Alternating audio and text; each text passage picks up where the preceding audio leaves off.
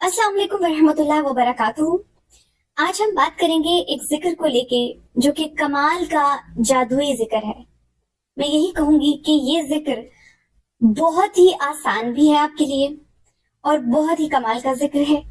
आपको ये करने के लिए जरूरी नहीं है कि आप हर वक्त बावुजू हो। अगर आपने वुजू नहीं भी किया हुआ, ठीक है, आप कुछ ऐसा हुआ है कि आपका वुजू नहीं हो पा रहा, ठीक है, तो आप फिर भी इस जिक्र को कर सकते हैं। और वो जिक्र है अस्तगफिरुल्लाह। मैं आपको बता रही हूं कि ये जिक्र कमाल का जिक्र है, ये बहुत ही अफसल जिक्र है और ये आपकी जिंदगी की काया पलट देगा।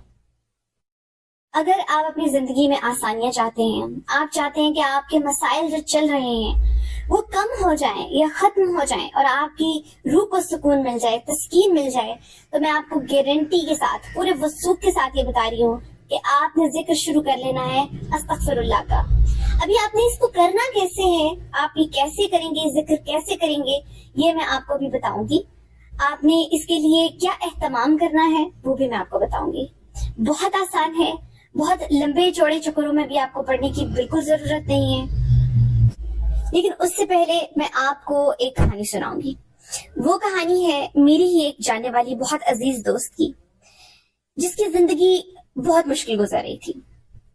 बहुत सारी मुश्किलात थी जो इकट्ठे उसकी जिंदगी में आन पड़ी थी। आप ये भी कह सकते हैं कि उसका इम्तिहान चल रहा था, लेकिन कई बार ऐसा होता है कि उस इम्तिहान को पास करने के लिए हमें बहुत मेहनत की और बहुत ताकत की जरूरत होती है, बहुत सब्र की जरूरत होती है, लेकिन आपसे हो नहीं रहा होता। अब वो सब्र, वो हिम्मत, वो कहाँ से लाई जाए और उस इम्तिहान को अपने लिए कैसे आसान बनाया जाए।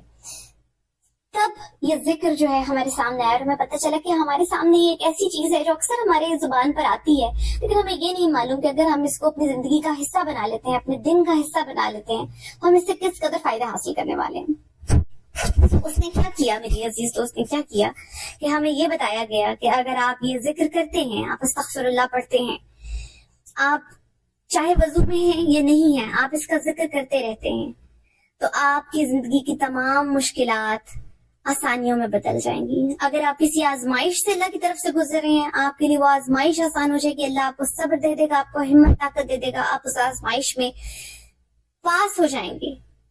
और हमें क्या चाहिए। फिर खुद मैंने अपनी जिंदगी में बहुत से तकलीफ और बहुत परेशानियां देखी, इतनी कि मैं एंग्जाइटी, डिप्रेशन तक में चली गई।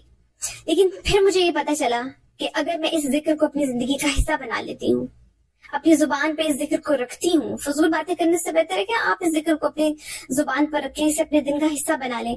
तो मुझे इस बात का एहसास हुआ कि मेरे मसाइल किस हद तक खुद ब खुद सॉल्व होना शुरू हो गए हैं। क्योंकि जब आप अस्तगफार कहते हैं, अस्तगफिरुल्लाह पढ़ते हैं, आप अल्लाह ताला से माफी मांगते हैं अपने उन तमाम गुनाहों के लिए जो आपने किए हैं, या आप अल्लाह ताला से माफी मांगते हैं, तो डेफिनेटली आप अल्लाह के बहुत करीब हो जाते हैं। ठीक है, अल्लाह ताला को नजर आता है कि ये इंसान तो हर वक्त मुझसे माफी मांग रहा है, मैं इसको कैसे सख्तियों में डाल सकता हूँ, मैं इसको कैसे परेशान रख सकता हूँ। तो वो क्या करता है कि वो खुद ब खुद आपका हाथ पकड़कर उन तकलीफ से आपको बाहर निकाल लेता है, बचा लेता है। सो आपने करना ये है कि आपने वजू करना है। अगर आपका वजू नहीं भी है तो भी आप ये करेंगे कि आप अव्वल और आखिर दरूद शरीफ पढ़ेंगे। और उसके बाद जब आपके जहन में पूरे दिन में ये ख्याल आता है कि मुझे अस्तगफिरुल्लाह पढ़ना था या मुझे पढ़ना चाहिए, तो आप इसका पढ़ते रहेंगे, इसका जिक्र करते रहेंगे। ठीक है।